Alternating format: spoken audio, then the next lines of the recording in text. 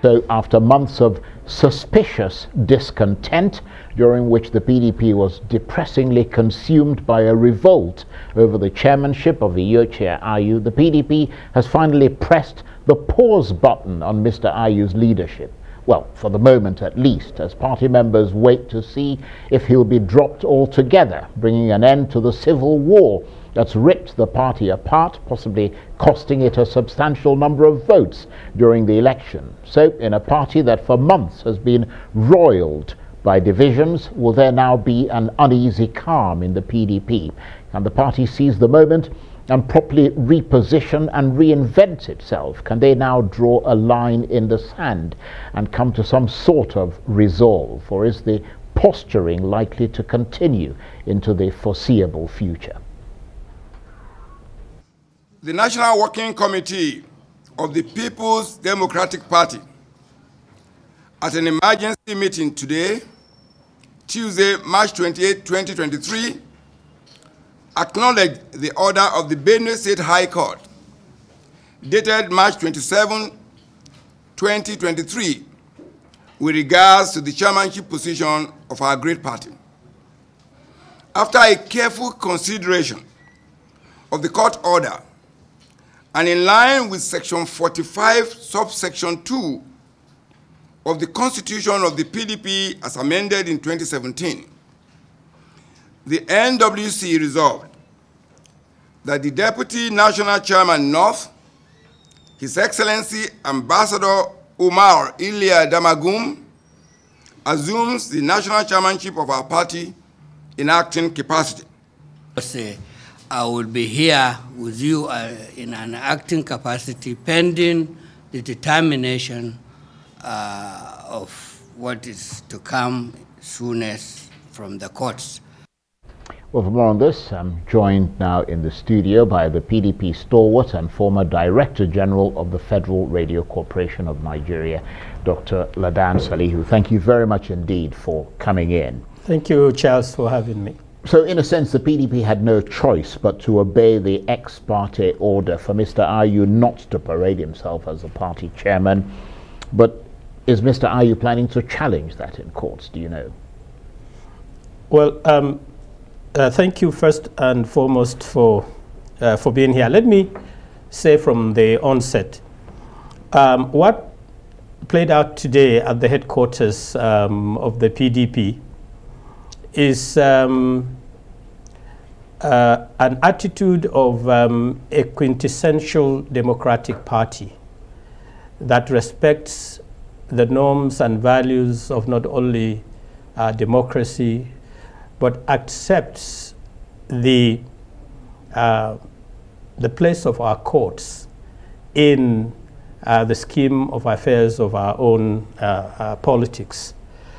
I want to believe that our party played to its true character of a people's democratic party, a party that has respect for the rule of law, a party that has respect for its own constitution and the pronouncement of the courts.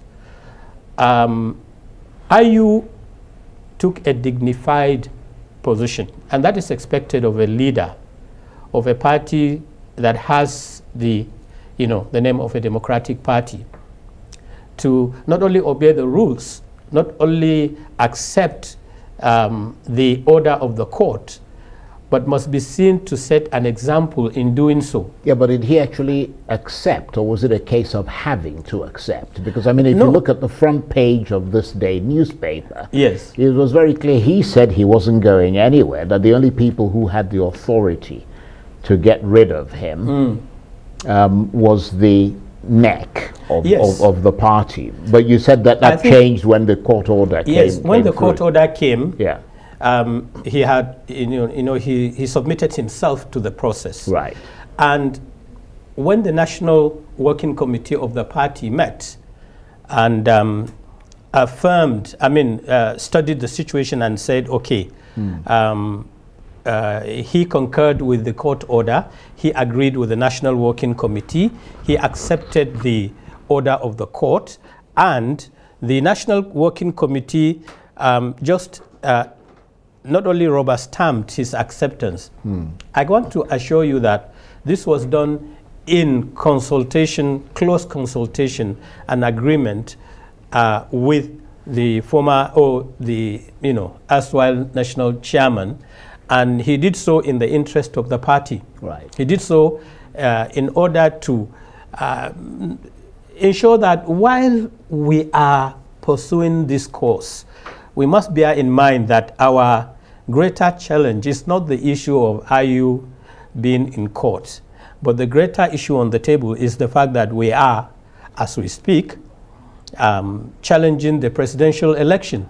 That is a bigger picture to us. That is more a point of concern. So the National Working Committee, in its own wisdom, stepped in very early to make sure that we keep our eyes on the big picture. We don't miss the target. So what played out today at Wadata House is to ensure that we are not derailed from the process of pursuing the presidential election. Yeah, but that's exactly what you issue. said. I apologize for interrupting you. Yes, That's what you said during the presidential election. Absolutely. You said we were going to focus on the presidential election, but the fact is that these things tear the party apart. I mean, not at all. Would it not? I mean, why did the PDP not do what the G5 governors had been asking for before this election, namely that Mr. Ayu should step aside? I mean, that might have helped the PDP present itself to the electorate as a united party. I think what happened, you see, we've all had the official position of the PDP, and I did not pontificate or even elucidate on what the PDP National Secretary said. It's clear. What I would tell you from a personal standpoint as a PDP person, as a PDP member, is that what is playing out is not necessarily an act of the people that went to court in Benue. It's not, they didn't go to court on a simplistic platform. It's what you would say the hands of Jacob, right? The voice of Esau and the hands of Jacob. From the onset, even if Ayu had stepped down before the presidential election, the G5 wouldn't budge. I can assure you they have perfected a plan of internal sustenance of conflict, of attrition, of disagreement, of in collaboration with whoever, to make sure that the party is destabilized.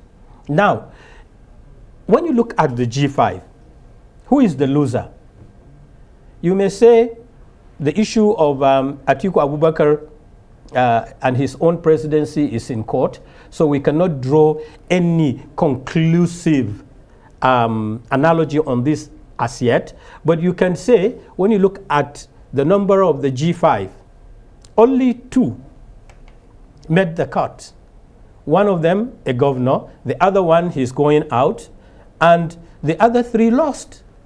So if you take it on a scale of percentage, 3 governors out of the G5 were not only discredited, but were shamed. They have proven to be not only paper tigers, but they failed and fell without a weight. When you look at what happened in, say, Benue, the governor lost as a candidate. He lost the Senate. Yeah. His candidate lost the governorship. And the party lost, if you like, across the board. We didn't do well in Benue. So, ditto for Ikpeazu. Now, a simple attitude to life in politics sometimes, and I had a tweet this morning, and I said, look, in politics is a very strange game sometimes. You can be led to believe that black is white, white is black, or is a shade of 2, or 2 plus 2 is equals to 3 or more.